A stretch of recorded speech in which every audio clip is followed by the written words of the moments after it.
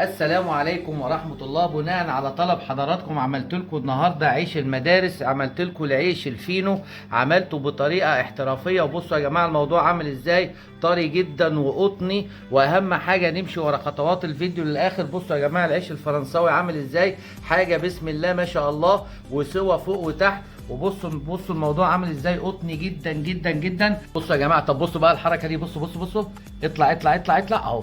لا نجيب واحد تاني غير ده اهو.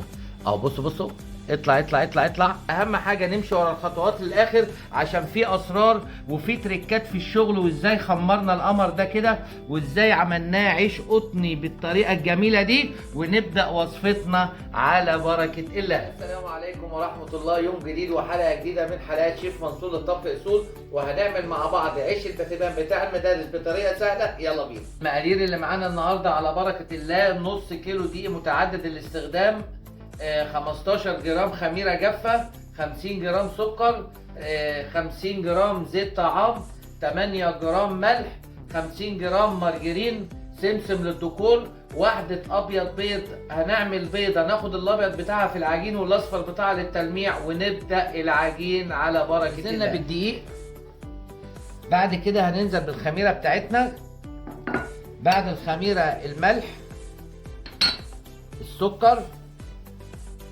ولو بدأنا بالملح قبل السكر والخميرة مفيش مشكلة، بس احنا بنمشي تدريجيا. هنشتغل بمية دافية عشان خاطر العجين بتاعنا. الصنعة بقى هنا يا حضرات، بناخد غطا الازازة خل كده اهو. طب وليه الخل يا شيف؟ عشان الدقيق لو مفيش عرق ولا حاجة، ده مكان المحسن، وده سر الصنعة بتاع المخابز. كده هننزل بأبيض البيض مع العجين، والأصفر هناخده للتلميع. هننزل بالزيت بتاعنا، واخر حاجه المارجرين. وكده انتهينا من العجين. لازم ان العرق ده يا حضرات يكون موجود، والعجان بتاعنا نضيف كده. الحله بتاعتنا ما تكونش فيها اي حاجات من تحت كده، يبقى كده النتيجه ناجحه. هندي قليل من الزيت كده، تلميعه بسيطه جدا اهو، وهنسيب العجين يخمر لمده ربع ساعه، وبعد كده هنشكله على بركه الله. وزي ما حضراتكم شايفين العجين اختمر زي ما حضراتكم شايفين اهو. بنلمع الرخامه زيت، وبننزل بالعجين بتاعنا عشان نقسطه. بعد ما قسطناهم يا حضرات، القطعه دي وزن 60 جرام. جبنا الصاج الميجر بتاعنا، وبنديه زيت بسيط كده، ولو عندي انا مارجرين اديه مارجرين من تحت عشان ما يلزقش معايا اهو. كده نبتدي نشكل العجين بتاعنا عشان نطلعه حاجه كويسه، وزي بتاع المكن الدرفله بالظبط. بجيب البليه بتاعتي وبلف كده اهو، وبعد كده باجي من الطرف ده اقفله واقفل اهو، عشان يديني الشكل الجميل زي بتاع المخابز بالظبط. واروح حاطاه هنا. نعمل واحده كمان مع بعض اهو.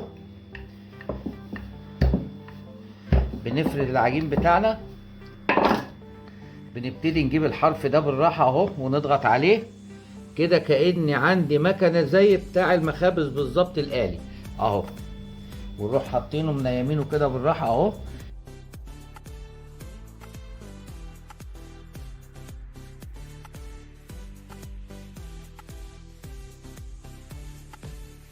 كده انتهينا من التقسيط يا جماعه. هنسيبه يخمر لمات الفورمه دي تتملي.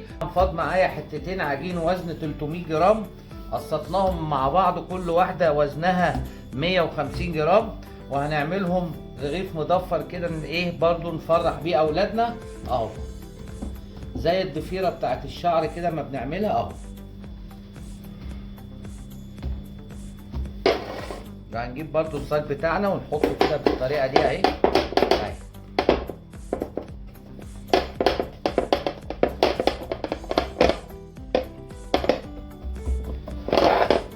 ننتظر مع بعض الخمر والسوا على بركه الله. زي ما اختمر العجين بتاعي بالطريقه القمر دي، وكده يا جماعه عامل زي البالون.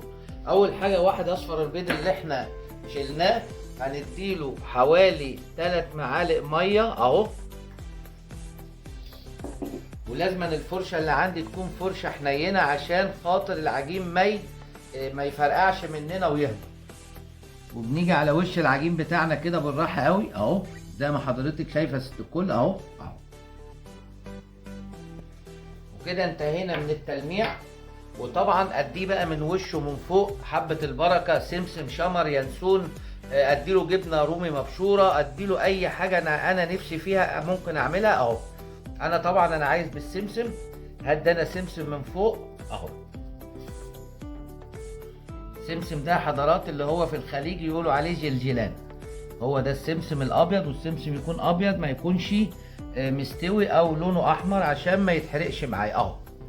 هنسيبه كمان 5 دقايق وهندخله الفرن على درجة حرارة 200 درجة على السلك الوسطاني. هيقعد معايا من 9 ل 11 دقيقة بالظبط، مش هياخد اكتر من كده، ان العيش لو خد اكتر من كده ما بيبقاش هينشف ووشه ده هيقشر ومش هيبقى كويس. نديه برضو السمسم من فوق كده بحيث ان بيبقى طعمه جميل قوي بالسمسم وبيديه شكل غير عادي. وهننتظر مع بعض السوا على بركة الله ونسوي مع بعض العيش. حبيبي يا رسول الله، وخرج القمر من الفرن. بصوا يا جماعه الموضوع عامل ازاي، بصوا يا جماعه اللهم صل على النبي، عباره عن هوا من جوه. وهنسيبه لمده 5 دقائق يرتاح، وهنغطيه باي مفرش عندنا وهنسيبه 5 دقائق يرتاح وهنرجع نغرفه مع بعض. وطبعا يا حضرات دي كانت نهايه وصفه العيش بتاعنا. بصوا يا جماعه الموضوع عامل ازاي وطريان وحاجه تخطف العقل. وحبوا بعض في الله، تعيشوا سعداء مدى الحياة. واستسمحكم اللي ما اشتركش في القناة يشترك ونشار الفيديو. ودمتم في امان الله، والسلام عليكم ورحمة الله وبركاته.